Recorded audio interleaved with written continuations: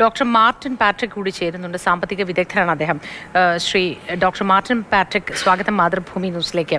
സ്വർണം ഇങ്ങനെ 1 ലക്ഷം കടന്നു നിൽക്കുന്ന ഒരു സുവർണ നിമിഷത്തിൽ, പൊൻ നിമിഷത്തിലാണ് നമ്മളുള്ളത്.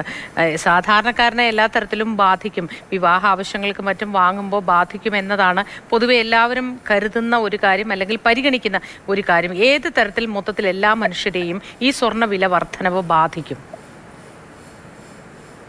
സ്വർണ്ണവില വർദ്ധിക്കുന്നത് പ്രതികൂലമാകുന്നത് പ്രധാനമായിട്ടും സാധാരണക്കാരെ തന്നെയാണ്. കാരണം നമ്മളെ സംബന്ധിച്ചിടത്തോളം ഇന്ത്യയിലെ ഒരു കൾച്ചറാണ് നമ്മൾ കുറച്ച് സ്വർണം വാങ്ങുക എന്നുള്ളത്.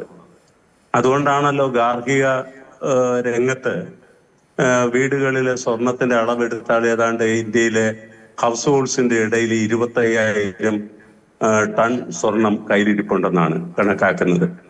അപ്പൊ ആ കൾച്ചർ പരിപൂർണമായിട്ടും നമുക്ക് മാറിയിട്ടില്ല. പക്ഷെ അതേസമയം തന്നെ അതിനൊരു ത്രെട്ട് വന്നിട്ടുണ്ട്. ഈ ഉയർന്ന വില കൊണ്ടിട്ട് നമ്മളുടെ കർഷകരായിരുന്നാലും സാധാരണക്കാരായിരുന്നാലും പാവപ്പെട്ടവരായിരുന്നാലും അവരുടെ ബുദ്ധിമുട്ടുള്ള സമയത്ത് ചെറിയ തോതിൽ സ്വർണം പണയം വെച്ചിട്ടാണ് കാര്യങ്ങൾ നടത്തുന്നത്. അപ്പൊ നേരത്തെ 1 പവൻ സ്വർണം വാങ്ങിച്ച് കയ്യിൽ വെക്കുക, എന്നിട്ട് ആവശ്യം വരുമ്പോൾ ആഭരണമായിട്ട് അത് വാങ്ങിച്ച് വെക്കുക, ആവശ്യം വരുമ്പോൾ അത് പണയം വെക്കുക എന്ന് പറയുന്ന ഒരു സാഹചര്യത്തിന് ഒരു വലിയ ത്രെട്ട് ഇത് സൃഷ്ടിക്കും ഭാവിയിൽ. കാരണം നമുക്ക് ഈ ഫിസിക്കൽ ഗോൾഡ് അതേപോലെ വാങ്ങിച്ചു വെക്കാനുള്ള ഒരു വലിയ ക്ലേശം തന്നെ ഈ 1 ലക്ഷം രൂപ സൃഷ്ടിക്കുമെന്നുള്ളതിൽ സംശയമില്ല. മാത്രവുമല്ല, ഒരു ലോങ് റണ്ണിൽ ഇതിന്റെ വില ഇനിയും മേലോട്ട് തന്നെയാണ്. ചെറിയ കറക്ഷൻസ് ഇടയ്ക്ക് ഉണ്ടായിരുന്നാലും നമുക്ക് ലോങ് റണ്ണിൽ കാണാൻ കഴിയുന്നത് ഇത് ഒരു 1.25 ലക്ഷത്തിലോ 1.5 ലക്ഷത്തിലോ ഒക്കെ തന്നെ പോകാനുള്ള സാധ്യത തന്നെയാണ് ഇപ്പോഴും നിലനിൽക്കുന്നത്. ഇത് കുറയാനുള്ള സാധ്യത എന്ന് പറയുന്നത് വളരെ കുറയാനുള്ള സാധ്യത കാര്യമായിട്ട് കാണുന്നില്ല. അതുകൊണ്ട് ഇത് പിന്നീട് വിവാഹ ആവശ്യങ്ങൾക്ക് വലിയ സ്വർണം കൊടുക്കുന്ന ഒരു രീതി മാറും. ഇതിനൊരു ചെറിയ മാറ്റം ഉണ്ടാകാൻ ഒരു സാധ്യതയുള്ളത്, അത് എളുപ്പമുണ്ടാകുമെന്നല്ല ഞാൻ അർത്ഥമാക്കുന്നത്, വെള്ളിയിലേക്കുള്ള പ്രിയം നമുക്ക് കൂടും. അതിപ്പോൾ തന്നെ കൂടിക്കഴിഞ്ഞിട്ടുണ്ട്. ഈ സ്വർണത്തിന്റെ വില കൂടുന്നത് നമ്മൾ സംസാരിക്കുമ്പോൾ നമ്മൾ വിട്ടുപോകുന്ന ഒരു കാര്യം, അതിനേക്കാളും വളരെ റേറ്റ് ഓഫ് ഗ്രോത്ത് പ്രൈസിന്റെ റേറ്റ് ഓഫ് ഗ്രോത്ത് കൂടിയത് വെള്ളിയിലാണെന്നുള്ളതാണ്. അപ്പൊ വെള്ളിയോടുള്ള ഡിമാൻഡ് കൂടുന്ന ഇപ്പോൾ നിങ്ങൾക്ക് പല സ്ഥലങ്ങളിലും പോസ്റ്ററുകൾ തന്നെ കാണാം.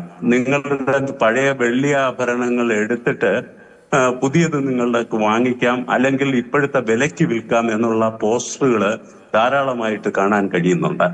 അപ്പൊ അത് വെള്ളിയോടുള്ള പ്രിയം നമുക്ക് കൂടും. അതൊരു ഷിഫ്റ്റ് സംഭവിക്കാനുള്ള ഒരു സാധ്യതയുണ്ട്. പ്രധാനമായിട്ടും സാധാരണക്കാർക്ക് ഉണ്ടാക്കുന്ന ബുദ്ധിമുട്ടിനോടൊപ്പം തന്നെ ഈ വെള്ളിയോടുള്ള ഒരു പ്രിയം ഇനി കൂടി വരും എന്നുള്ളതാണ്. ഇവിടെ നമ്മൾ മറ്റൊരു കാര്യം വിട്ടുപോകുന്നതെന്ന് പറയുന്നത്, ഈ ആഭരണങ്ങളോടുള്ള ഡിമാൻഡ് കുറയുന്നു എന്നുള്ളതാണ്. കാരണം ഈ ഉയർന്ന വിലയ്ക്ക് ആഭരണങ്ങൾ വാങ്ങിക്കാനായിട്ട് പറ്റില്ല. അതിന്റെ ഡിമാൻഡ് ഇപ്പൊ ഏറ്റവും ഒടുവിലത്തെ കണക്കനുസരിച്ചിട്ട് 7% കണ്ടു കുറഞ്ഞു എന്നുള്ളതാണ്. പിന്നെ എന്തുകൊണ്ടാണ് ഈ വില വർദ്ധിക്കുന്നത് എന്ന് ചോദിച്ചാൽ, ഇൻവെസ്റ്റ്മെന്റ് ഡിമാൻഡ് കൂടുന്നു. ആ ഇൻവെസ്റ്റ്മെന്റ് എന്ന രീതിയിലേക്ക് ഇതൊരു ആകർഷണീയമായിട്ട് വരുന്നു. അത് ഫിസിക്കൽ ഗോൾഡിന്റെ രൂപത്തിലല്ല, നമ്മൾ ഈ കാണുന്ന ഭൗതിക ഗോൾഡിന്റെ രൂപത്തിലല്ല, പേപ്പർ ഗോൾഡിന്റെ രൂപത്തിലാണ്.